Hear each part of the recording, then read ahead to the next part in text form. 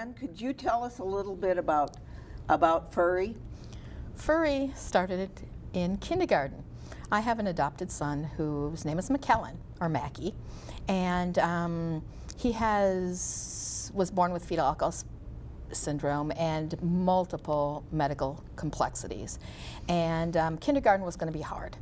And Mac uses a wheelchair. He couldn't talk. He couldn't do a lot of things the other kids did. And I was worried about how he was going to be accepted by the other children. And as he went into kindergarten, on the very first day of his kindergarten year, his regular teacher said, "We're not going to worry about educating Mac. We're just, at the beginning, we're just going to worry about socializing him." And at first I was getting a little mad. He needs to learn something. But she was right. He needed to be able to learn to be around other kids and how to do everything else like everybody else. And so I worked with teacher, and we learned how to help Mac together. And so she was looking at, so the story starts with kindergarten and a little boy who needed inclusion, and the story's real. Granted, there's illustrations and all the rest, but the whole story behind it really did happen. And I never thought I was a writer, I was just a mom. But I knew that there was a story that needed to be told for parents who have chronically ill little kids, and to help them so they could understand the journey. How do you see this book being used? Wow, a lot of ways. One of the ways is it's an inclusive book, and it's a book on disability, but it's not disability in any way of talking about it. It just is, and there aren't very many books that just allow life to happen to become just what it is at that moment, and this book does that.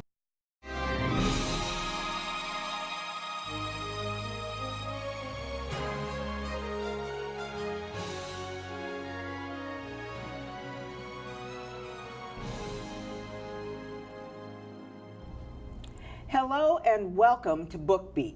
My name is Sue Ellen Zagrabelny, and I'll be your host for BookBeat, the place for all things literary.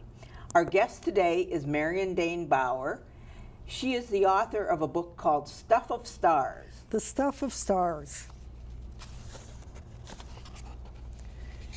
In the dark, in the dark, in the deep, deep dark, a speck floated, invisible as thought, weighty as God.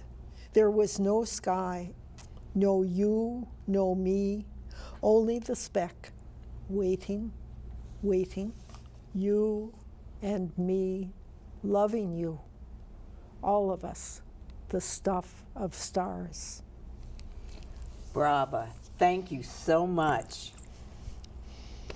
What inspired you to write that book?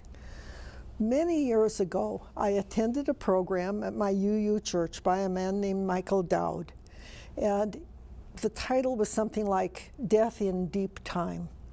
And he talked about the origins of the universe, and he talked about the way life comes out of death, that the stars had to explode and die before worlds were created. And I was fascinated by it and thought, as I listened, this is going to be a book for children someday, very young children, for all people someday. But I didn't know what to do with it. So I just carried it home with me, the ideas, and I carried them around for years. And finally, one day, it rose to the surface again, and I began studying. I began trying to understand what happened in the origins of our universe, because I'm not a scientist, and I didn't have that kind of precise information. And I studied and studied until I had a deep enough knowledge that I could take it and put it in very few words. And then I sat down and began to write. And that was the process that got me here.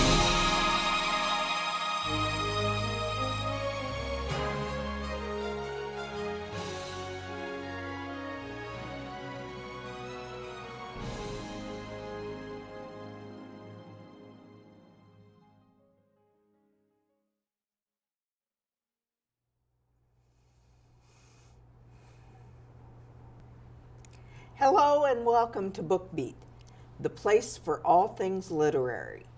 I'm your host, Sue Ellen Zagrabelny, and today we have as our guest Chris Bauer, author of Those Three Words. Chris, that title was a little deceptive.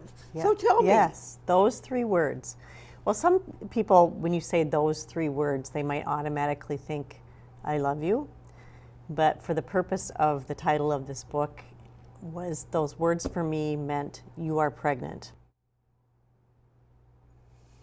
It's late September 1984. Overdose warning. My index finger landed on those two words. I tilted the box to reduce the fluorescent light's glare as it flickered across the small typeface. Once the words came into focus, I scanned them quickly. Tylenol PM relieves your pain fast so you can fall asleep and feel refreshed after a good night's rest. But I didn't want an overdose warning. I wanted an overdose advice.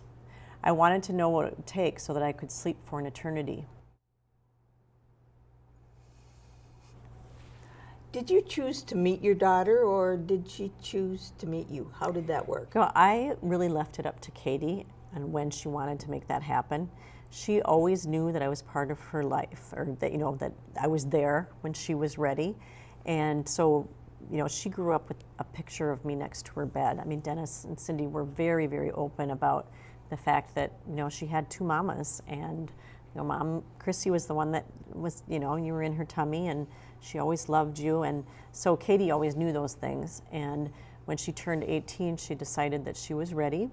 This was after she graduated from high school. And so she came and drove from Milwaukee to Maple Grove and met me and my boys and my entire family. And so it was just really, really special.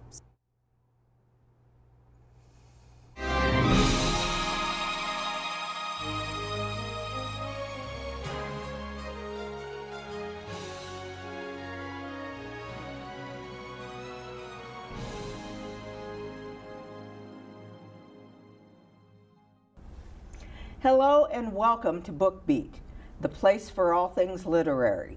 Our guest today is Brian Luderman. His most recent novel is called Nightfall. Brian, welcome to BookBeat. Thanks, Sue Ellen. Great to be back. This novel is the fourth of a series. Do you want to tell us a little bit? Sure.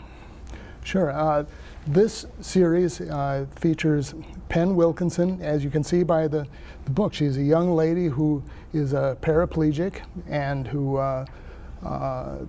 is featured in these mystery thriller books.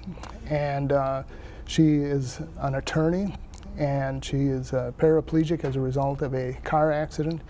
And she finds herself in a series of adventures in these books, and this is the latest here in Nightfall, a book that takes place in the Twin Cities and features some very timely topics in the news. It doesn't really come into play until much later in the book when you find out who this character really is and what really happened and how it ties into the rest of the story.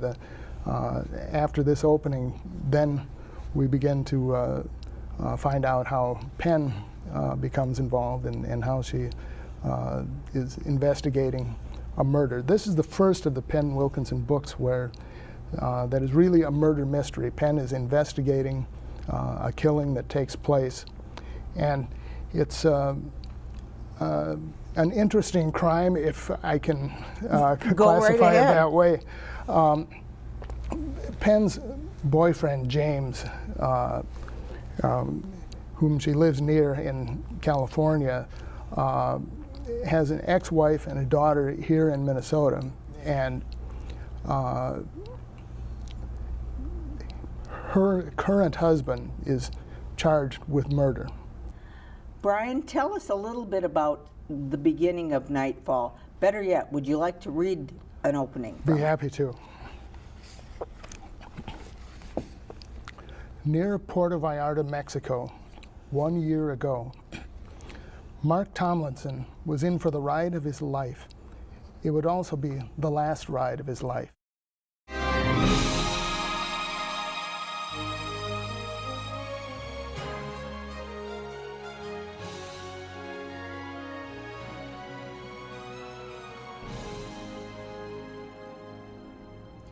Hello and welcome to Book Beat, the place for all things literary. My name is Sue Ellen Zagrabelny. I will be your host. We have as our guest Craig Reiners. He writes under the name of C.R. Reiners, and the book we're discussing today is the newest book that he has out, and it's the third book of a trilogy, Cascading Lies. Cascading Lies is the final book of the trilogy. In this case, we have a hooded vigilante that captivates the public domain as a hero, but he's anything but a hero. We still have the issue of the eroding monetary markets in the background, and also the protective net that Alex and Sparrow have put around their core clientele has been compromised in some way. The book really is focused on deceit and redemption.